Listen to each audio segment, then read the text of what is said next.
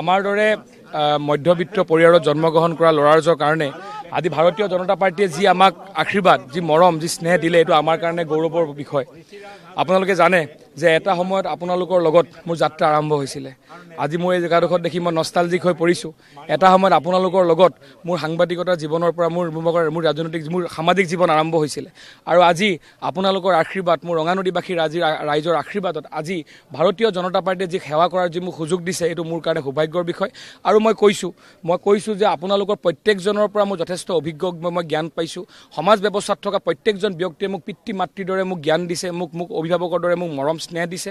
আৰু সদায় কৈছোঁ যে ৰঙানদীবাসীৰ কাৰণে কেতিয়াও মই নেতা নহয়, ৰঙানদীবাসী ৰাইজৰ মই বেটা। আৰু বেটা হিচাপে সদায় মোৰ নৈতিক দায়িত্ব যে আহিবলগীয়া সময়ত ৰঙানদীৰ যেনেকৈ মই মোৰ পিতৃ মাতৃ যদি কায়িকভাৱে আমাৰ মাজত থাকিলেহেঁতেন, পিতৃ মাতৃৰ সেৱা কৰাটো যেনেকৈ মোৰ নৈতিক দায়িত্ব, ৰঙানদীবাসী ৰাইজৰ প্ৰত্যেকজন ব্যক্তিৰ সেৱা মোৰ কাৰণে নৈতিক দায়িত্বত পৰে, ৰাজনৈতিক হ'ব নোৱাৰে।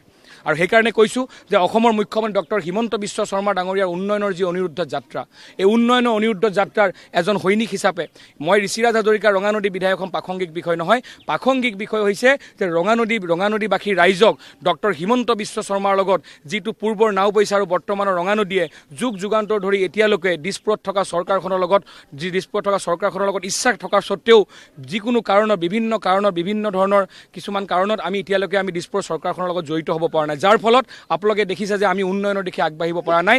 এইবাৰ ৰঙানদীবাসী ৰাইজ সংকল্পবদ্ধ ঋষিৰাজ হাজৰিকাৰ বিধায়ক হ'ব এইটো কাৰণে নহয়, সংকল্পবদ্ধ ডক্টৰ হিমন্ত বিশ্ব শৰ্মা ডাঙৰীয়াৰ অনিৰুদ্ধ যাত্ৰাৰ একোজন সহযাত্ৰী হৈ লখিমপুৰ জিলাৰ যেনেকৈ আজি মানৱ ডেকা ডাঙৰীয়াই যোৱা 5টা বছৰত লখিমপুৰক জাকত জিলিকাৰ ৰূপত উপস্থাপন কৰিছে, আহিবলগীয়া সময়ত ৰঙানদীও জালুকবাৰী লখিমপুৰৰ দৰে জাকত জিলিকা হ'ব। তাৰ কাৰণে ৰঙানদীবাসী ৰাইজে এইবাৰ ৰাইজে ৰাজনৈতিক স্বাৰ্থত নহয়, উন্নয়নৰ স্বাৰ্থত, ৰঙানদীৰ ৰাইজে এবাৰ কোনোবা বিধায়ক বনোৱাৰ স্বাৰ্থত নহয়, ৰজা বনোৱাৰ স্বাৰ্থত নহয়, বেংগলোৰ হায়দৰাবাদত চিকিউৰিটি গাৰ্ড কৰি থকা ল'ৰাসকলক ঘৰলৈ ঘূৰাই আনি নিজৰ মাতৃ পিতৃৰ লগত কৰ্মসংস্থাপন প্ৰদান কৰি স্বনিৰ্ভৰশীল প্ৰদান কৰি নতুন ৰঙানদী নিৰ্মাণৰ কাৰণে ভোটদান কৰিব। এইবাৰ ৰঙানদীত ঋষিৰাজ হাজৰিকাৰ তীব্ৰ প্ৰতিদ্বন্দ্বী কোন হ'ব?